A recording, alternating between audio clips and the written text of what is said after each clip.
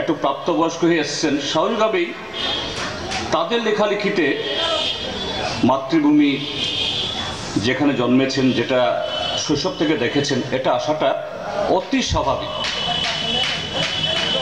এবং তার রেওয়াজ বা সেই যে কি বলে প্রবাহমানতা, এটা এখনো আছে। যদি আমরা ত্রিপুরাজ্যের এই যে আমরা গত প্রায়